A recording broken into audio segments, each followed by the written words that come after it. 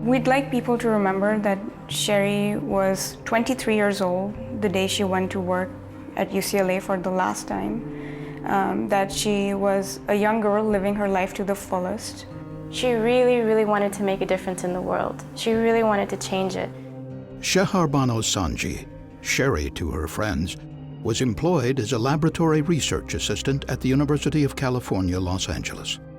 She had just received her bachelor's degree in chemistry and was applying to law schools. On December 29, 2008, Ms. Sanji was transferring a highly reactive chemical when some of it sprayed onto her hands and synthetic sweater and spontaneously ignited. Sherry's older sister, Naveen Sanji, now a surgical resident at Harvard, recalls the day of the accident.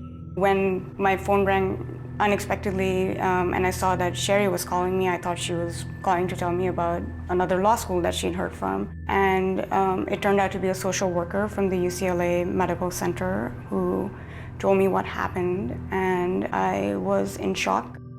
She had deep third-degree burns to over 40% of her body. Sherry Sanji died from her injuries 18 days after the laboratory accident. There was a life ahead that she was really looking forward to that was cut short by what happened to her at UCLA.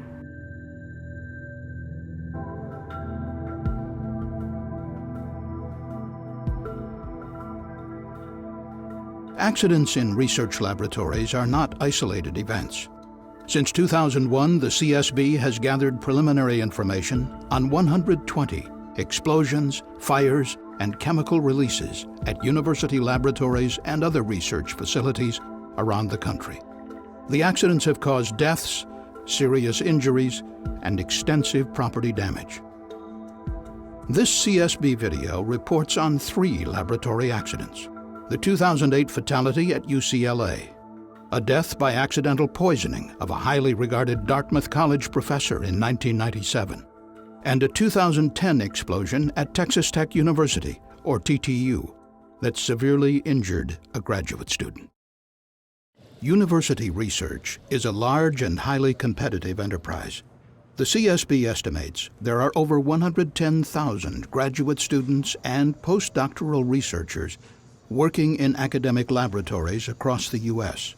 Government agencies and private organizations spend billions of dollars sponsoring research at university labs. Academic institutions, principal investigators, and lab workers face significant pressures to innovate, achieve, and gain funding and recognition for their work.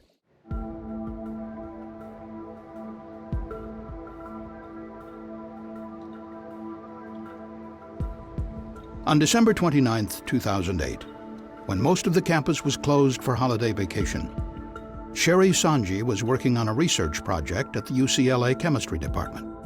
According to a report by California State OSHA, Ms. Sanji was using a syringe to transfer a solution of tertiary butyl lithium, a dangerous pyrophoric chemical that ignites spontaneously on contact with air.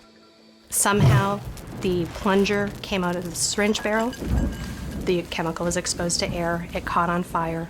She also had an open flask of a flammable solvent in the hood where she was working. She knocked that over. That caught fire as well. Chemist Dr. Gillian Kemsley reported extensively about the UCLA accident for Chemical and Engineering News, using documents obtained under California open records laws.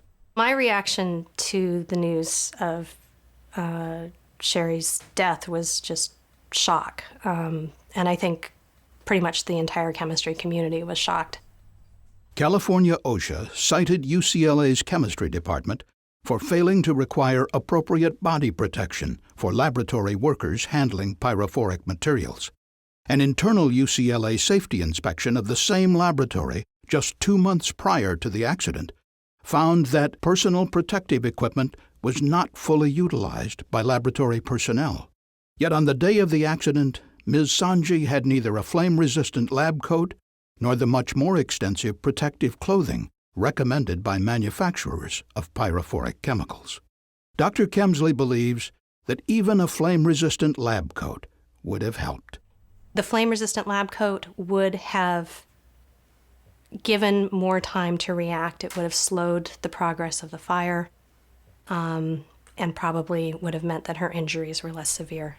And though the university said it provided adequate safety training for workers, California OSHA found no documented evidence of this. This accident has affected the campus in a profound way, from my office to the PIs, to the chancellor and the upper administration. And we all recognized that we had to make some changes to our program to further strengthen it. Dr. James Gibson, director of UCLA's Environment, Health, and Safety Office, says UCLA has taken steps to improve safety accountability and oversight, improve training, provide proper protective equipment, conduct unannounced safety inspections, and improve laboratory safety culture. It's not going to happen overnight. That is something that's going to be a multiple-year process to really change the safety culture to where we think we should be. And Dr. Gibson urges other universities to take steps to improve their education, training, and safety culture. Once we get people to do that, we're going to see a dramatic decrease in the number of accidents that occur. One of our main aims is to try and make sure that this doesn't happen again and that no one has to go through what we went through. A lost life is not just an anonymous loss of life, but real people and families are profoundly affected. Safety has to be an absolute priority and the first priority for any laboratory.